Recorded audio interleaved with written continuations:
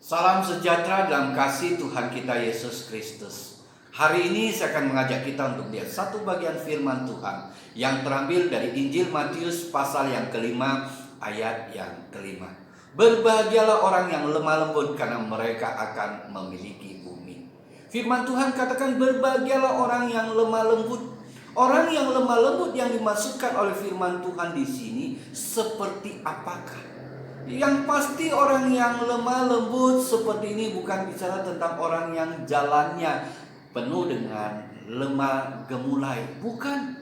Juga bukan bicara tentang hanya sekedar tutur katanya yang lemah lembut, juga bukan.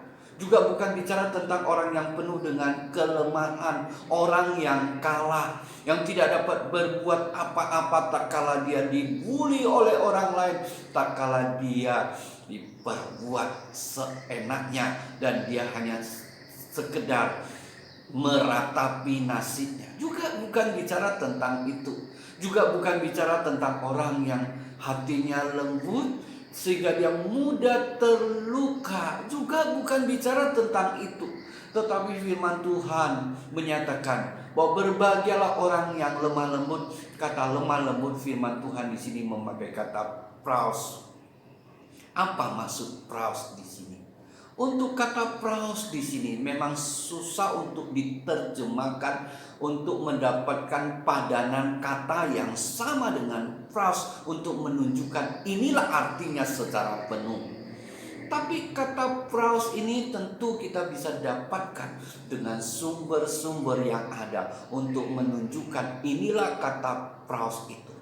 Nah, kata praus ini yang pertama kita bisa dapatkan bagaimana dipergunakan oleh orang pada masa itu untuk menunjukkan bagaimana seekor binatang, kita tidak mau menyamakan manusia dengan binatang, tetapi inilah gambaran pada masa itu. Kata praus ini dipakai untuk menunjukkan seekor binatang yang dijinakkan, satu ekor binatang liar yang dijinakkan oleh tuannya sehingga dia menjadi binatang yang menyenangkan hati tuannya, menjadi satu binatang yang menuruti tuannya, melakukan apa yang diperintahkan oleh tuannya. Inilah praus. Jadi praus adalah ingin menunjukkan inilah orang yang lemah lembut, adalah orang yang menyerahkan hatinya untuk dikuasai oleh Tuhan, untuk dikendalikan oleh Tuhan, di mana dia bersedia untuk dipimpin dan dibimbing oleh Tuhan, sehingga hidupnya berkenan pada Tuhan, sehingga hidupnya bisa melakukan apa yang diperintahkan oleh Tuhan, dan hidupnya boleh mendatangkan kemuliaan bagi nama Tuhan. Hidupnya menyenangkan hati Tuhan. Itulah praus yang pertama. Praus yang kedua dapat kita melihat di dalam Matius pasal yang ke-11 ayat 29. Tuhan Yesus mengatakan, "Pikulanku yang kupasang dan belajarlah daripadaku, sebab aku lemah lembut dan rendah hati." Tuhan katakan. Kata lemah lembut di sini juga memakai kata praus, di mana Tuhan Yesuslah yang bisa dapat kita menjadikan contoh orang yang lemah lembut. Dan kalau kita perbandingkan dalam perjanjian lama, kita dapatkan adalah Musa. Firman Tuhan katakan dia adalah orang yang lemah lembut. Tidak ada orang yang di permukaan bumi ini yang mempunyai hati yang selembut Musa. Orang yang lemah lembut bukan berarti dia tidak bisa marah. Kita melihat bahwa suatu ketika Musa marah. Tapi harus kita perhatikan apa yang membuat Musa marah pada masa itu. Dia bukan marah karena dia dirugikan. Dia bukan marah karena dia dihina. Dia bukan marah karena orang ngatain dia. Karena kalau kita melihat suatu ketika Miriam dan Harun pun pernah mengatai dia. Dan itu bukan yang menyebabkan dia marah, bukan. Tetapi yang membuat dia marah adalah tatkala dia melihat umat Allah berdosa.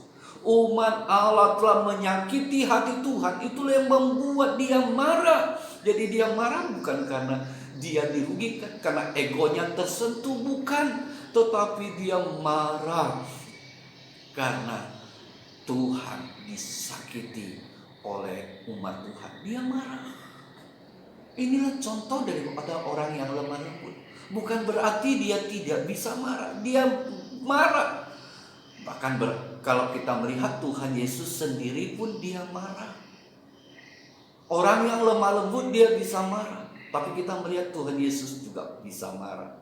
Tapi kita harus perhatikan, Tuhan Yesus marah karena dosa begitu luar biasa dilakukan oleh umat Allah. Contohnya ada di bait Allah. Tuhan Yesus begitu marah karena mereka buat dosa yang begitu luar biasa.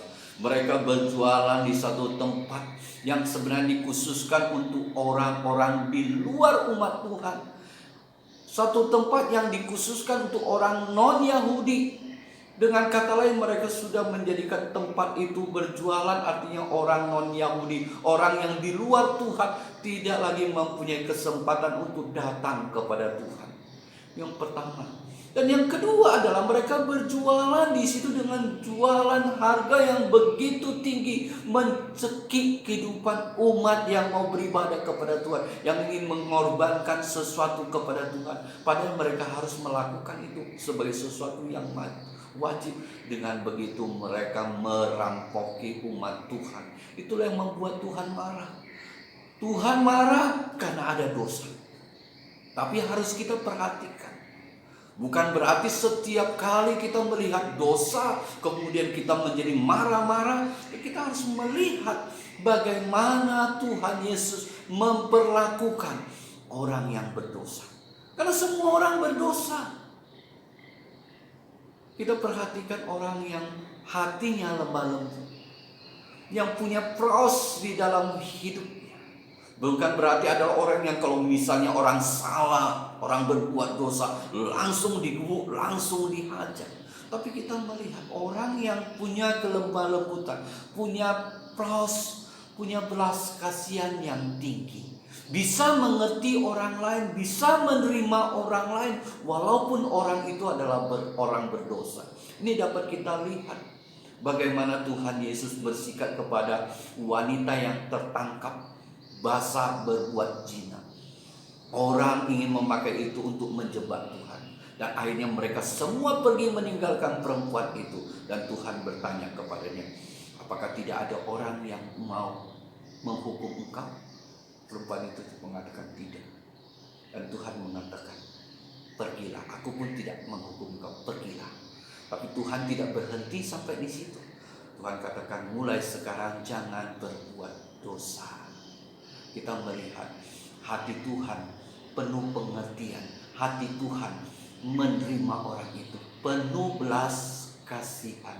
Inilah hati yang penuh dengan kelembutan. Itulah yang juga dilakukan oleh Musa. Bagaimana dia melihat orang yang berdosa, dia marah. Tetapi kalau Tuhan mau menghukum mereka, dia bersedia menggantikan orang itu. Dia mengatakan, lebih baik namaku dihapus dari kitab kehidupan daripada mereka dihukum. Inilah orang yang punya kelembutan di dalam hatinya, hati yang penuh dengan kelemah lembutan. Inilah karakter yang ketiga yang harus dimiliki oleh orang percaya yang diajarkan Tuhan dalam apa yang ditujukan di khotbah di bukit, yaitu Matius pasal 5 sampai ayat 1 sampai yang ke-12. Dan kemudian firman Tuhan katakan dia akan memiliki bumi. Apakah dia akan menjadi seorang tuan takur yang punya tanah, punya rumah yang banyak? Tentu tidak itu.